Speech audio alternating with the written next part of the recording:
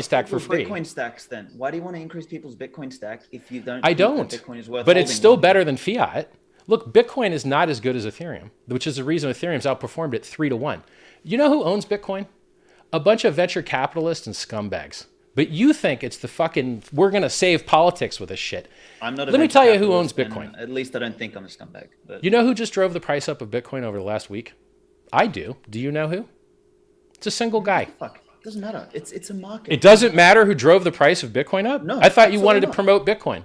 How are you going to promote Bitcoin if you don't know who the guys driving the price up are to go find more of them? I don't care about the price. See, this is why I asked Okay. you the question in the beginning. Is like, why do you do what you do? Is that you're trying to get rich? Like, I don't care. I've What been I rich wanna and do- retired since 2003. I had a 150 employee company doing 60 million a year turnover in 2003 when I retired at the age of 20 fucking 5. I started So then mining why are you Bitcoin doing when it what was you're 50 doing? cents. You haven't answered me.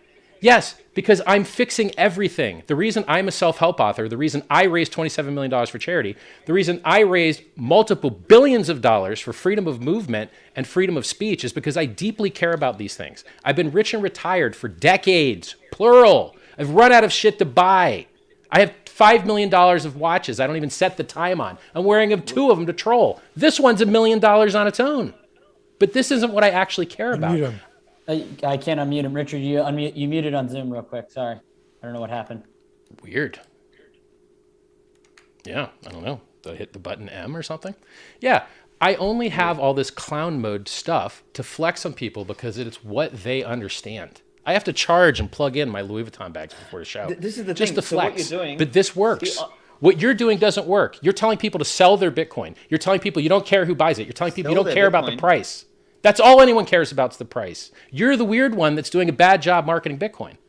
I'm doing a better job marketing Bitcoin. I got people to take their Bitcoin off of exchange and hold it and maybe even buy more to give them free coins for it. What have you done? What has Satoshi done? When Bitcoin.org got hacked, who went to save the Bitcoin people from being scammed? I did. Did you do an emergency stream when Bitcoin.org got hacked? No. More than once, by the way. No. Okay. Okay. Fine. So all right. I save your users. I enrich your users. You hurt your users. You're sitting making no yield on your Bitcoin stack with no capital efficiency like a dum-dum. Why? I don't believe you need yield. I don't believe you need yield. So You could buy more Bitcoin with yield, bro. You know Michael Saylor just took leverage? Michael Saylor just took He's got the leverage to capacity buy to more do so. Bitcoin. Good. And he's been doing that from the beginning. Do you know how you go broke? Ladies, liquor, and leverage. He's doing the thing that you and I just said is a stupid, terrible thing, trading. He's taking on leverage. If the Gox coins come out and he gets liquidated, guess what that does to the spot price when he has to cover and sell? It adds volatility. He's adding think volatility by Michael getting Saylor- leveraged up. If he's doing it, and if that's what happens, then the market cleans itself up. It's a beautiful thing. I don't I'm give a sure fuck. you want Michael Saylor to get cleaned up. By the way, in 2013, I Michael want Saylor said interject Bitcoin here. was going to fail like online gaming. Of course he did, but then he woke up. So I'm going to interject here. I'm going to interject here because we have lost the plot a little bit here. Richard, thank you for the work you did for Bitcoin.org and helping those who are getting hacked and scammed. That is valid and a fair point. I want you both to define to me what is money, because that seems to be the crux of this argument that you guys are circling around. And if you guys can define that for us, I think that will help us engage in a different direction here. And I would like that to be defined first by Svetsky. I mean, what is money? I mean, fuck. I got it if you don't got it, bro. It's okay. It's a standard definition. It's the technology we use. Is my fucking, are both my mics on? I think they are. Okay. It's the technology human beings use to codify the product of their labor so that at some point they can interact and cooperate with someone else. It's like the fucking language of value, right? So we need a means. So in order for human beings to cooperate and to interact, we need a means via which to codify, to store the product of one's labor, and then to exchange it with another down the track across time and space. Like that's effectively the metaphysical function of money, you know, and the only thing that changes is the object we use as money. You know, that's why we've used fucking seashells and rocks and this and that. We've been experimenting until we've reached what I believe is the apex version of money, which is Bitcoin. It places money into the realm of the physical laws of the universe. Like no one here on this call can change the speed of light. We can't change thermodynamics.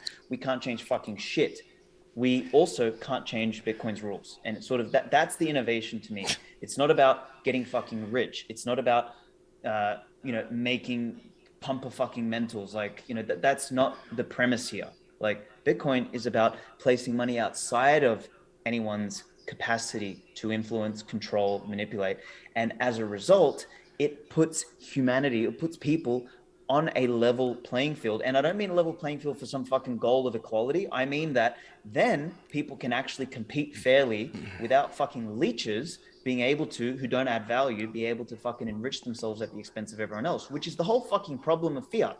Like, that's why Bitcoin is replacing fiat, is that these clowns, like the fucking nursing home, Bidens and Jay Powells and fucking Lagardes of the world, they add zero value to society, but they still enrich themselves by leeching productive capacity from the rest of the world, by creating money supply out of nothing. That is the whole fucking problem we're trying to solve by placing money outside of everyone's hands. So that's my frame, and that's where I start, and that's the problem that we're trying to solve, not trying to make fucking people rich. I don't give a fuck about people being rich. If you're going to get rich, go and do something fucking useful, not fucking sit there, trade shitcoins. Like, it doesn't make sense to me. So anyway, that's my point.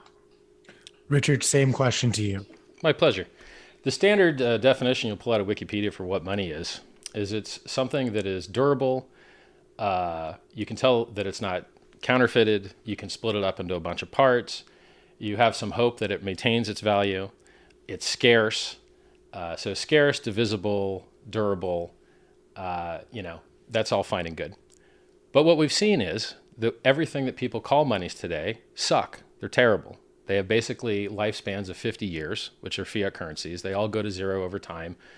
They print them out of thin air, which steals from savers. It causes boom and bust cycles of misinvestment and malinvestment. You give the money to the wrong people, it empowers a military-industrial complex. They don't have to pass war taxes, so they go and blow people up constantly with money that was stolen from the people, but people don't realize it stole from them. And then I've got unique takes on this that other people have never heard of before, which is why I'm a thought leader. So imagine a world where you've driven up all the prices by printing money out of thin air, stealing all the value from the money people tried to save. Now they have to pay capital gains tax if they sell something because it has fake gains on paper, and you tax them on the theft. So first you steal the money of their value, then you tax them because the fake value went up on the, quote, gains. And then if they magically get wages, it kicks them into higher income tax brackets. It's a huge, giant racket. And Bitcoin is better than fiat, but let's say, could we pick a weaker target? No, we could not. So while Bitcoin is better than fiat, it hasn't been better than Tesla stock. It hasn't been better than my Rolexes since you reached the top of the S-curve, since every scumbag venture capitalist has more Bitcoin than you'll ever have in your entire life. The people that hacked Bitfinex had $2 billion of Bitcoin. Draper's got billions. Winklevi has billions. Chamath has billions. Do Kwon of the stablecoin UST just pumped the price this week, and he's buying $2 billion and already executed a purchase for $1.5 billion. So while you think you're saving the world, how much? He's buying $1 billion. No, he already bought one. Well, he drove the price up.